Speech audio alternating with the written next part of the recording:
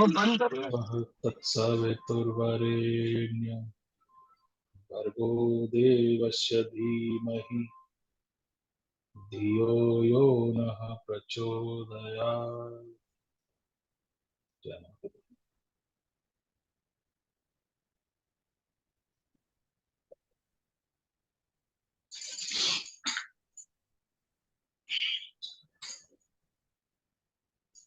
चलिए, सबको शीट दिख रही है मेरी? हाँ सर। ठीक है। तो उदय जी, खुशबू आपको पुराने सारे वीडियोस प्रोवाइड करा देंगी। एंड अगर आपको कुछ भी डाउट्स हो तो आप एक छोटा सा सेशन खुशबू के साथ कर सकते हैं, या अगर आपको लगे कि कुछ और भी पूछना है तो मैं भी आपको समय दे सकता हूँ। अगर आपको, पर एक बार आप वीडियोस देख लीजिए, बहुत सेल्फ एक्सप्लेनेटरी वीडियोस हैं। और अगर उसमें कभी भी कोई भी प्रॉब्लम हो तो अमित जी हैं, खुशबू जी हैं, ये दोनों आपकी हेल्प करेंगे। और अगर आपको फिर भी लगता है तो I can also spare some time for you. ठीक है सर। तो हम प्लैनेट्स पढ़ रहे हैं, तो हम जुपिटर तक पढ़ चुके थे। Now we are starting to re understand Venus. तो वीनस को मैं कैसे समझता हूँ कि सबसे सिंपल तरीका वीनस को समझने का है कि आप अपनी इंद्रियों को समझें। कौन कौन सी इंद्रियां होती हैं हमारी? What are the senses that we have? The five senses. You can see, you can feel, you can smell. जो भी हमारे पांच सेंसेस ईश्वर ने हमें दिए हैं, वो पांचों senses are governed by Venus. इसीलिए संसार में जितना भी सुख, लग्जरी, कंफर्ट, स्टेटस, पैसा, धन, दौलत, ये सारी एक्सपीरियंस की जो भी वस्तुएं हैं ना, शादी, गर्लफ्रेंड, बॉयफ्रेंड, रिलेशनशिप, ये सब कुछ इज गिवन टू वीनस। तो संसार में इंद्रिय सुख लेने के लिए हमको वीनस प्लैनेट का सहारा लेना पड़ता है। वीनस प्लैनेट का मेन रोल यही है कि वो हमें इंद्रिय सुख लेने के लिए, वीनस हमारे जन्म कुंडली में वीनस आता है। जिसका वीनस जितना अच्छा होता है वो उतने ज्यादा इंद्रिय सुख ले पाता है, और जिसका वीनस जितना खराब होता है वो उतने कम इंद्रिय सुख ले पाता है।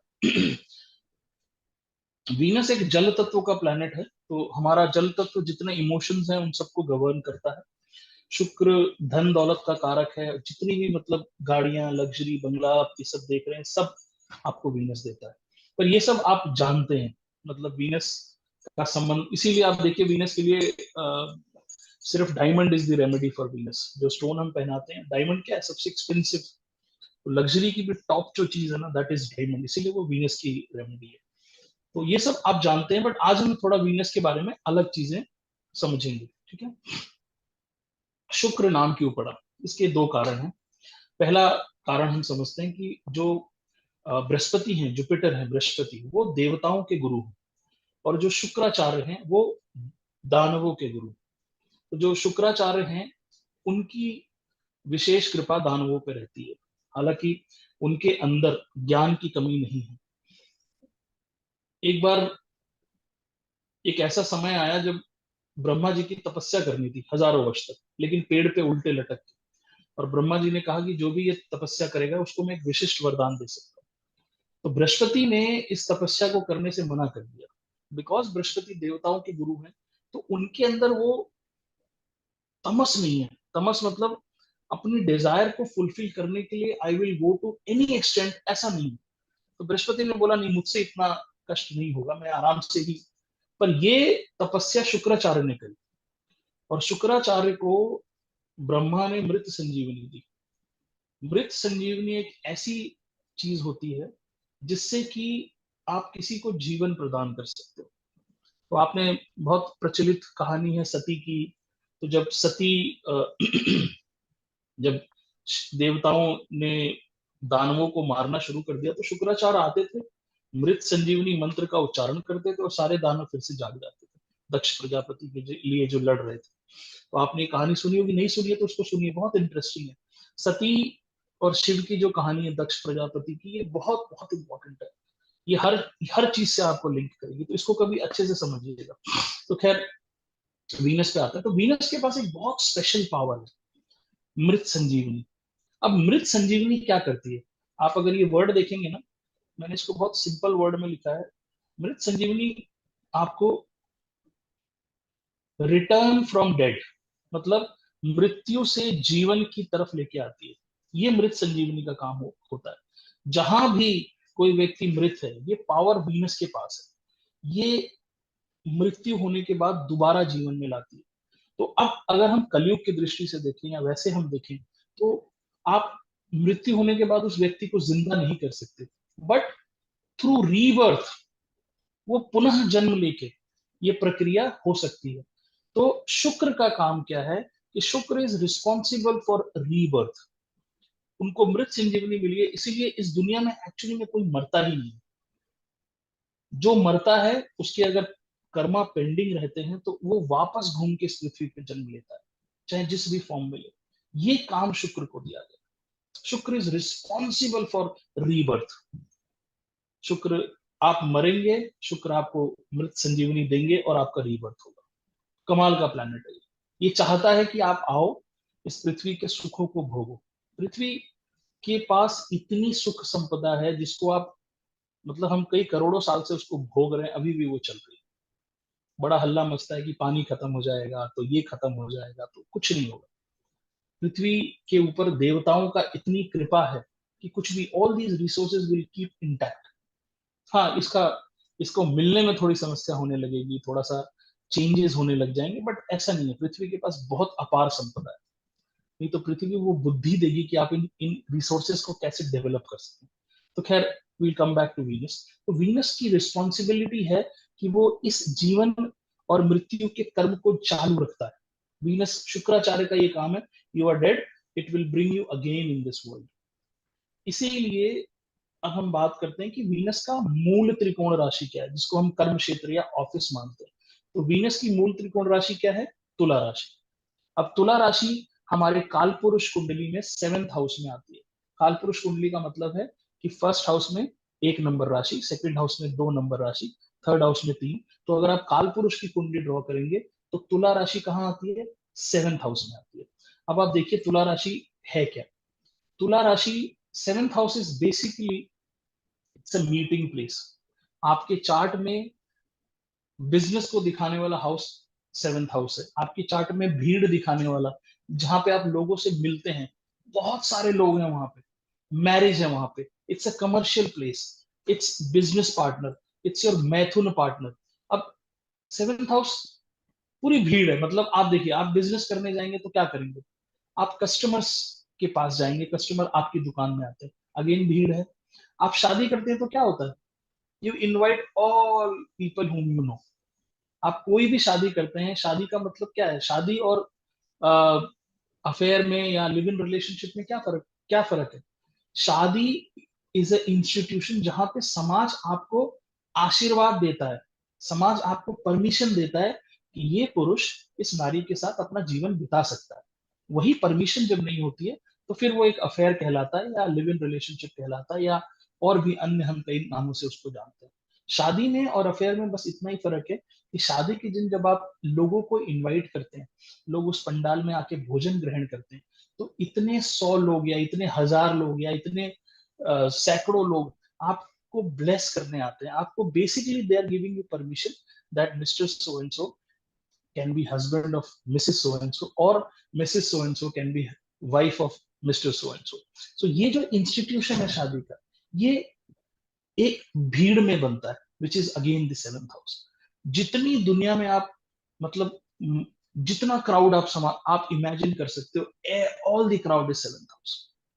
अच्छा, सेवेंथ हाउस हमारे ट्रैवल का भी हाउस होता है, क्योंकि जब आप ट्रैवल करते हैं तभी लोगों से मिलते हैं। तो जिस भी जरिए से आप लोगों से मिल रहे हैं, आप सेवेंथ हाउस को वो सारा जरिया मानिए। तो यू मीट योर पार्टनर, चाहे वो बिजनेस पार्टनर हो, you meet your life partner, चाहे वो आपकी वाइफ हो, यू ऑल योर रोमांस जो भी होता है। सेवेंथ हाउस में जितने अच्छे प्लैनेट्स होंगे, आपकी जो शादीशुदा जिंदगी है उतनी अच्छी होती है। जितने मेलेफिक, सॉरी एक सेकंड, आई थिंक ये दिख रहा है आपको स्क्रीन?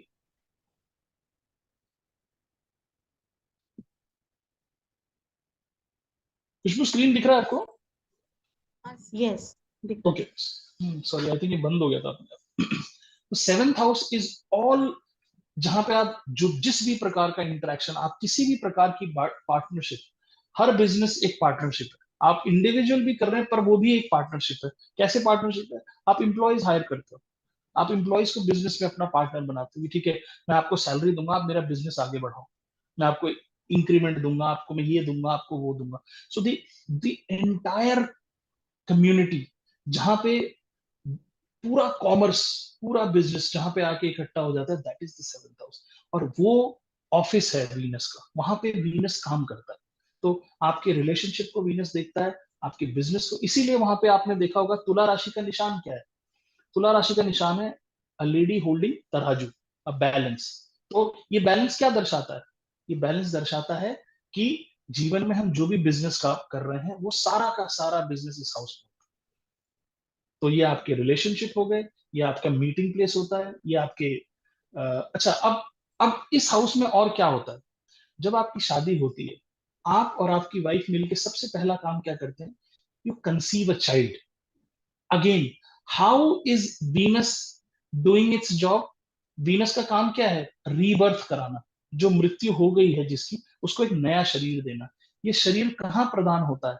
ये शरीर सेवेंथ हाउस में प्रदान होता है, जहां पे एक स्त्री और एक पुरुष, उनका समागम होता है, और उससे एक बच्चा कंसीव हो जाता है, और शुक्र का काम आसान हो जाता है।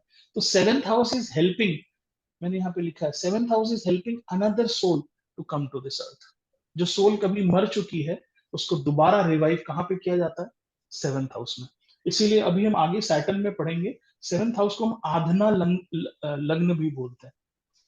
जो हमारा फर्स्ट हाउस होता है उसको हम उदय लग्न बोलते हैं, क्योंकि पूर्व क्षितिज में, ईस्टर्न होराइजन में जो राशि उगती है या उदय होती है, that becomes our lagna. And seventh house is our conception lagna. हमारा कॉन्सेप्शन मतलब जब एक स्त्री और पुरुष मिले, तो जिस बच्चे का कॉन्सेप्शन हुआ, जो बच्चे ने मतलब गर्भ में प्रणय रूप में जो बच्चा आया, दैट इज आधना लग्न, दैट इज सेवेंथ हाउस। तो इस सृष्टि की जो रचना होने की जो प्रक्रिया है, वो सेवेंथ हाउस,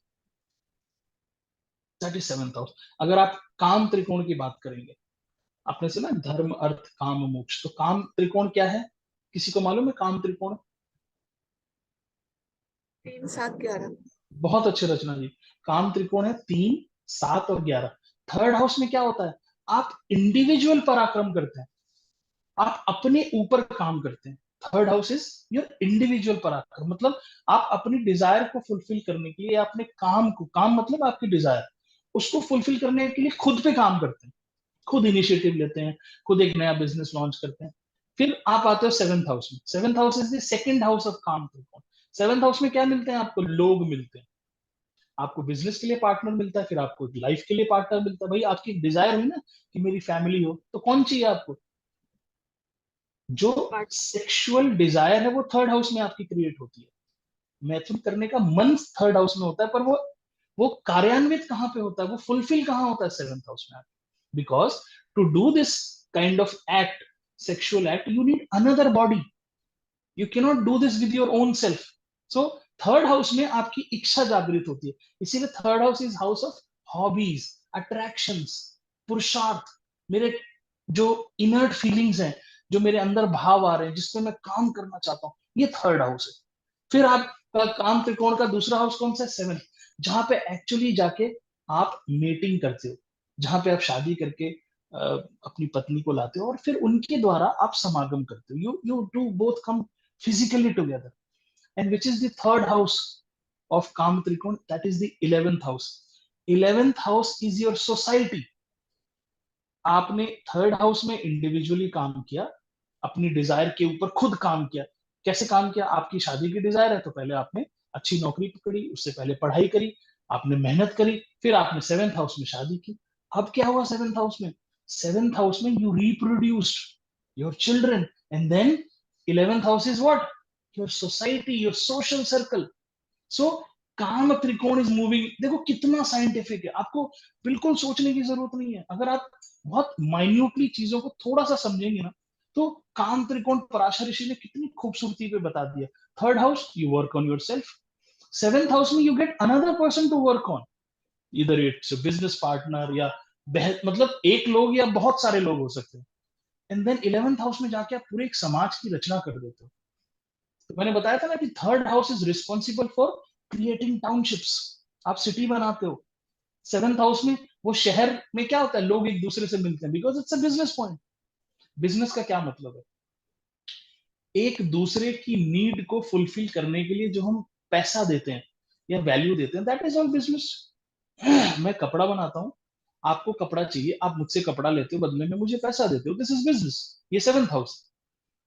मेरे को एक बच्चा पैदा करना है, वो बच्चा मैं अकेले नहीं पैदा कर सकता, तो आप मुझे वो गर्भ देते हो, मैं आपको क्या देता हूँ, I give you the semen. तो अब बच्चा पैदा हो जाता है। तो बिजनेस इट्स ऑल अबाउट मेरा स्वार्थ आपके द्वारा फुलफिल होगा। मैं इस संसार में अकेले फुलफिल अपने स्वार्थ को नहीं कर सकता हूँ। आप लगा लो, अगर आप सबसे छोटा आदमी लगा लो जो सफाई कर्मचारी, अगर सफाई कर्मचारी आपकी गली में आके झाड़ू नहीं लगाता, आपकी एग्जिस्टेंस पे प्रॉब्लम आ जाएगी। आप अकेले चीजों को नहीं कर सकते हो, इसीलिए 7th हाउस इंपॉर्टेंट है। And 11th house is your social circle. जब 7th हाउस में आप अच्छे से मजबूत हो जाते हो, then comes the 11th house. तो आप देखते हो 11th हाउस का वन मेजर सिग्निफिकेशन इज ये आपका सोशल सर्कल। अगर 11th हाउस आपका मजबूत है तो ऐसे आदमी का सोशल सर्कल बड़ा होता है। 11th हाउस खराब है तो ऐसा आदमी अलग रहना पसंद करता है। तो ये काम त्रिकोण के 3 हाउसेज हैं।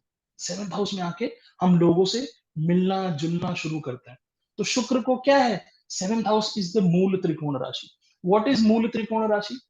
जिन प्लैनेट्स की दो दो राशियां दी जाती हैं, उसमें से किस राशि को ज्यादा इंपॉर्टेंस दी गई है, वो उसको मूल त्रिकोण बोलते हैं।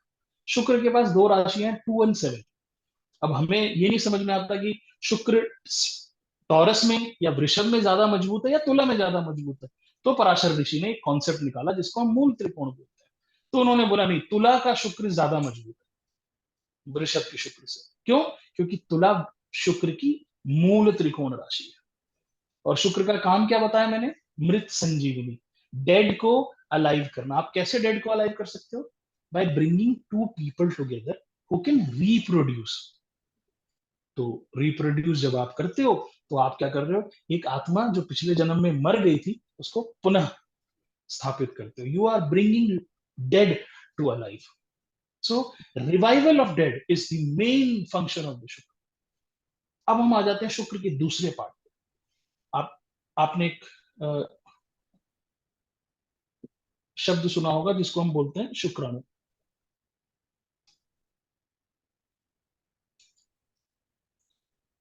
एक सेकंड होल्ड कीजिएगा, मेरा चार्ज थोड़ा सा, आई जस्ट कनेक्ट माई।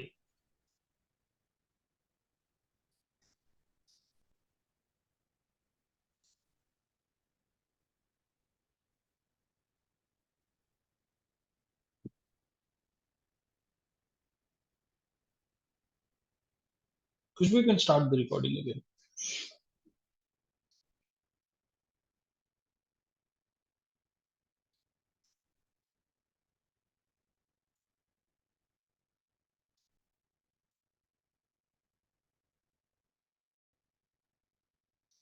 ठीक है, तो अब हम बात कर रहे थे दूसरे एक शुक्र हमें समझ में आ गया जिसको कि हम रिवाइवल ऑफ द डेड से बात करते हैं, जिसमें कि जो भी मृत आत्माएं हैं उनको दोबारा।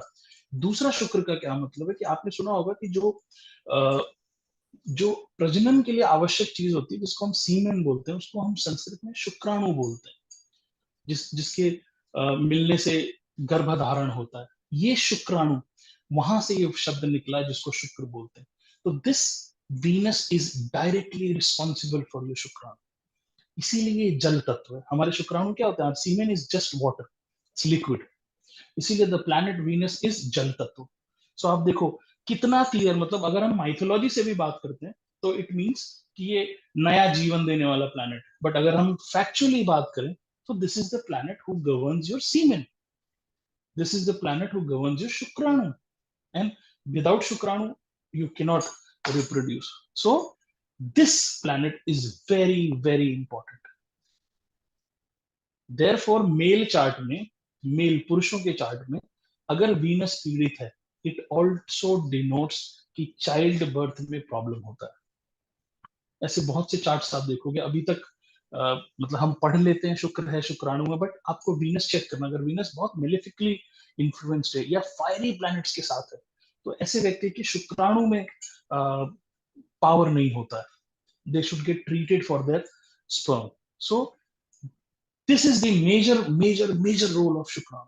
The entire creation of this universe that you see, वो सारा का सारा is based on Shukran. We do mating ना, मैथुन क्रिया से हम लोग संतान उत्पन्न करते हैं. That is all related to Shukran. So always remember, male chart में अगर वीनस खराब है या आपको दिख रहा है कि बहुत फायरी, उस पुरुष के शुक्राणु में प्रॉब्लम्स है. That's why maybe बच्चा पैदा होने में प्रॉब्लम है. बट बेसिकली संतान के लिए ज्यादा बेटर है कि आप स्त्री का चार्ट देखें, वो ज्यादा क्लेरिफाई करता है, बट पुरुषों के चार्ट में भी ये एविडेंट होता है. तो हमने माइथोलॉजिकली समझ गया, शुक्राचार्य की स्टोरी समझ के, और दूसरा हमने ये देख लिया कि बायोलॉजिकली भी जो मेरा सीमेन है, जो मेरा शुक्राणु है, that is all governed bye शुक्र. इसीलिए शुक्राणु कहाँ पे होता है? हमारे प्राइवेट पार्ट्स में, हमारे रिप्रोडक्टिव एरियाज में. इसीलिए अगर आपको पैसों में दिक्कत हो रही है, आपके पैसे टिकते नहीं है, आपका बैंक बैलेंस नहीं बढ़ रहा है, तो you must keep your reproductive area clean, because the house of शुक्राणु, the house of semen is there. और जो लोग भी फटा हुआ या गंदा या मैला या मतलब बहुत डिग्रेडेड अंडरवेयर पहनते हैं, जनरली उनकी फाइनेंशियल हालत खराब होती है. One of the special remedies that I use for both men and women is that, please, if you are struggling through your financial crisis, first thing you should do is change your underwears. Because शुक्र जैसा planet, शुक्र क्या है, बॉलीवुड की heroine समझ लो आप, बिल्कुल चकाचक पूरा मेकअप करके. वो जो एरिया है ना, जो रिप्रोडक्टिव एरिया, उस पे जो आप जो जो पहला कपड़ा जो उस पे जाता है ना, that should be always very very clean. तो इसलिए आप देखना कि जो भी आदमी कर्जे में दिखाई दे या उसकी फाइनेंशियल हालत खराब हो, first thing he'll start doing is ignoring his underwears. And rich people, you'll see, they will spend good amount of money on their underwears. So it is very important कि जो आपके undergarments है, especially जो आप अपने reproductive organs के आसपास पहनते हैं, they should be of good quality. At least फटा हुआ ना हो. वो respect आपको करना चाहिए, because शुक्र is directly responsible to all your luxuries. तो जितने भी लोग मतलब अभी क्लास में आप लोग किसी के चार्ट्स देखेंगे, आप देखना, अगर आपके पास फाइनेंशियली कोई पिटा हुआ आदमी आता है ना, तो निश्चित तौर से आप पूछना कि लास्ट अंडरवेयर कब चेंज किया, वो बोलेगा 1.5 साल पहले. 4-5 छेद, मतलब जितने छेद हैं उतने छेद से पैसा लीक हो रहा है. ये एक बहुत कमाल की रेमेडी है. मैंने बहुत से चार्ट्स पे अप्लाई किया and it has come true, because I realise कि जहां पे शुक्र है, जहां पे शुक्राणु है, that area should be very very clean. So if you are keeping good hygiene over there, then also it denotes many things. आपका दिमाग बहुत सही रहता है. शुक्र is very very intelligent. Shukracharya बहुत इंटेलिजेंट थे. इनफैक्ट कुछ ज्योतिषियों का तो ये मानना है कि बृहस्पति से भी ज्यादा इंटेलिजेंट थे शुक्राचार्य. तो आप समझ लो कि क्या पावर है आपके रिप्रोडक्टिव एरियाज की, और उसको कैसे साफ रखना है. प्लस जो आप अंडर गारमेंट्स पहनते हैं, that should be spick and span without any फटाफटा. तो आप जो अब अगली बार आप किसी फाइनेंशियल परेशान आदमी का चार्ट देखो ना, तो उसको ये रेमेडी जरूर दो आप. It's a brilliant remedy. आगे बढ़ते हैं.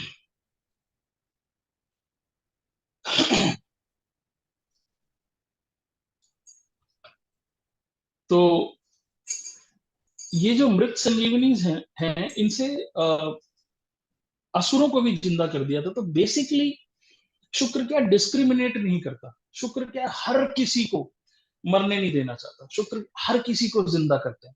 मतलब जिंदा का मतलब है कि एवरीबडी टेक्स रीबर्थ. हमारे, हम अगर हिंदू माइथोलॉजी की बात, I don't know other religions don't believe in this concept, but हम लोग बिलीव करते हैं, क्योंकि लॉजिकली बड़ा सही है. कैसे कोई बच्चा 5 साल का होके वो पियानो बजाने लग जाता है?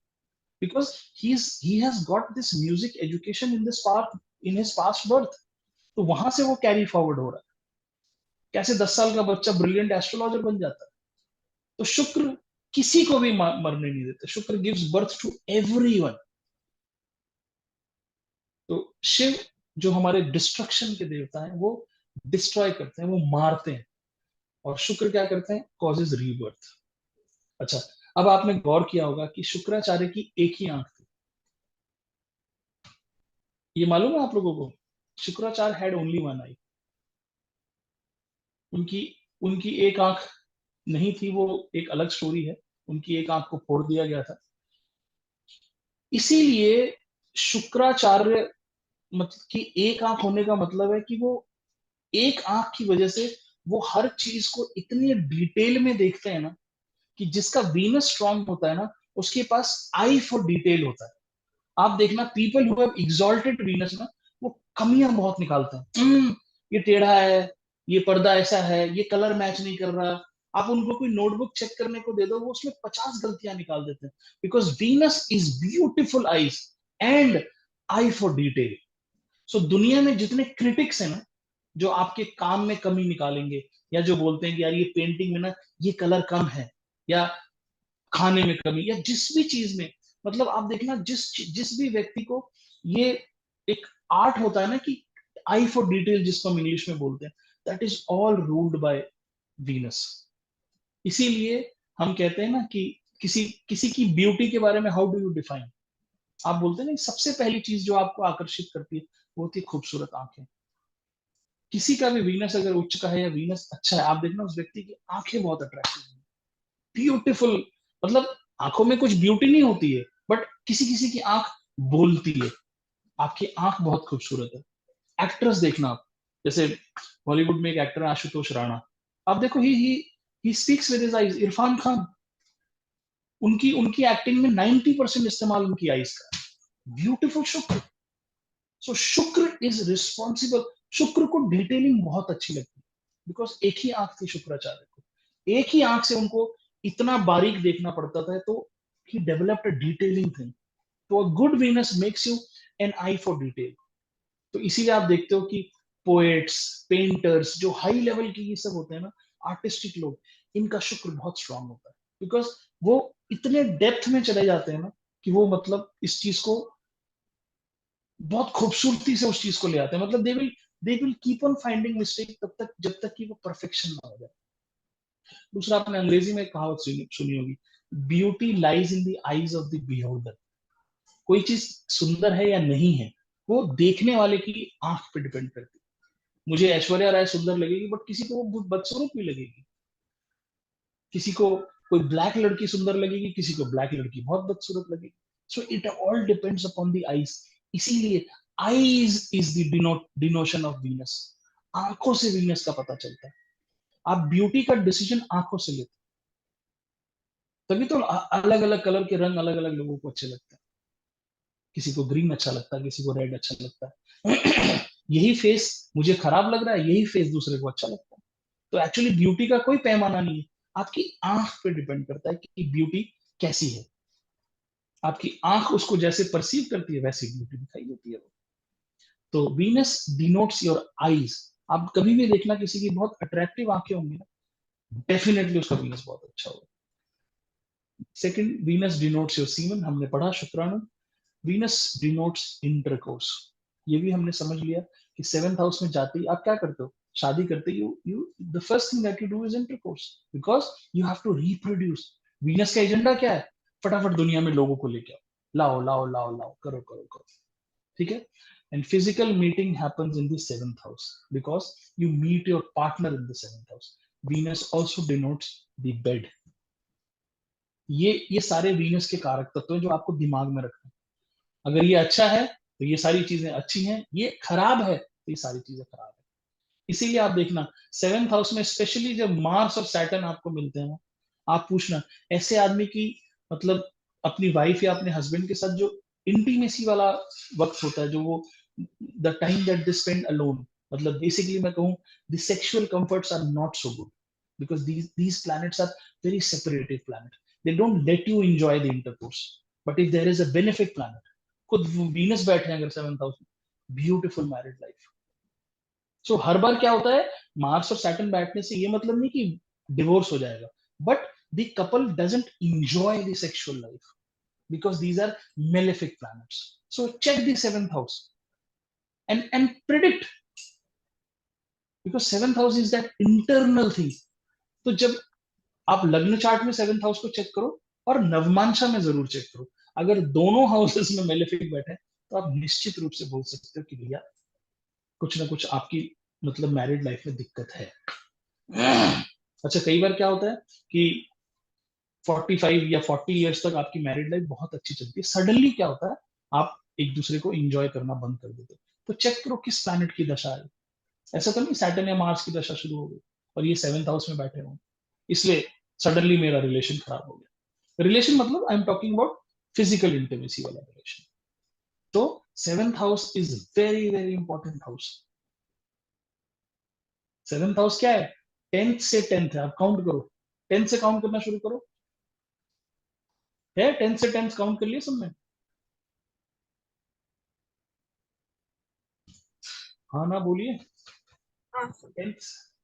10th से 10 काउंट करिए, you will come to 7th house. Correct?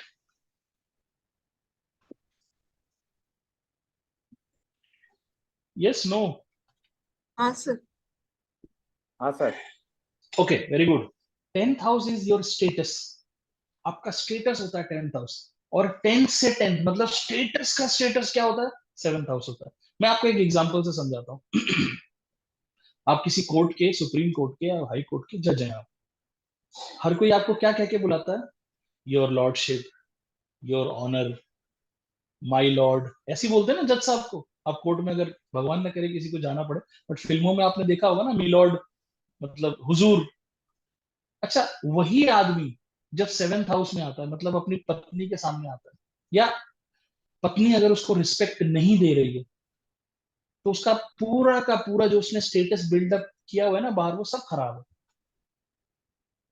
सो इसीलिए अगर आपको 10th हाउस में अच्छा स्टेटस मिल रहा है, तो आपकी इनर हैप्पीनेस के लिए इट्स इंपॉर्टेंट कि आपको घर में मतलब 7th हाउस में भी अच्छा स्टेटस। इसीलिए वो 10th से 10th आपके रियल स्टेटस की पहचान तब होती है जब बाहर आपको मीलॉर्ड बोल रहे हैं और घर में भी मीलॉर्ड की तरह आप ट्रीट किया जा रहा है। ऐसे नहीं घर आए और आपको मतलब शुरू हो गया।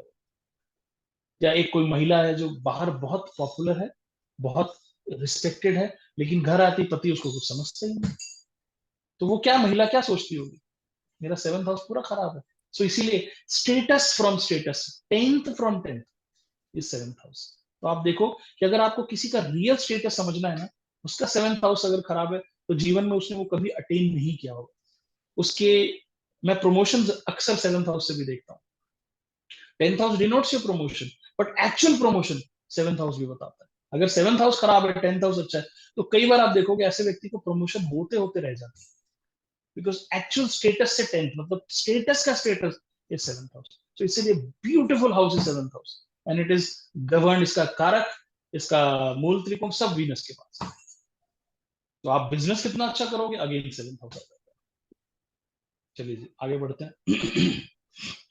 यहाँ तक किसी को कोई क्वेश्चन? आई थिंक सबको सिंपल समझ में आ रहा है, कोई ऐसा दिक्कत वाली बात नहीं है। किसी को कोई क्वेश्चन हो तो यू कैन आस्क। चलिए, नो क्वेश्चंस। ओके, अब आते हैं वीनस के एग्जॉल्टेशन पे। वीनस उच्च का कहाँ होता है? वीनस इज उच्च इन 12th हाउस। कोई बता सकता है वीनस 12th हाउस में उच्च होने की एक सबसे बड़ी वजह क्या होती है? वीनस या शुक्राचार्य के ऊपर जब ये टैग लग गया ना कि आप दानवों के गुरु हो। 12th हाउस किसका हाउस है? किसका घर है 12th हाउस? बृहस्पति का। बृहस्पति का। तो Venus always wanted to be like Brihaspati. इसीलिए वीनस जब 12th हाउस में जाते हैं ना, उनको उच्चता का आभास होता है, मैं उच्च हूं, आई एम लाइक बृहस्पति। तो 12th house is a very very, इसीलिए 12th हाउस को क्या हाउस ऑफ मेडिटेशन बोला गया।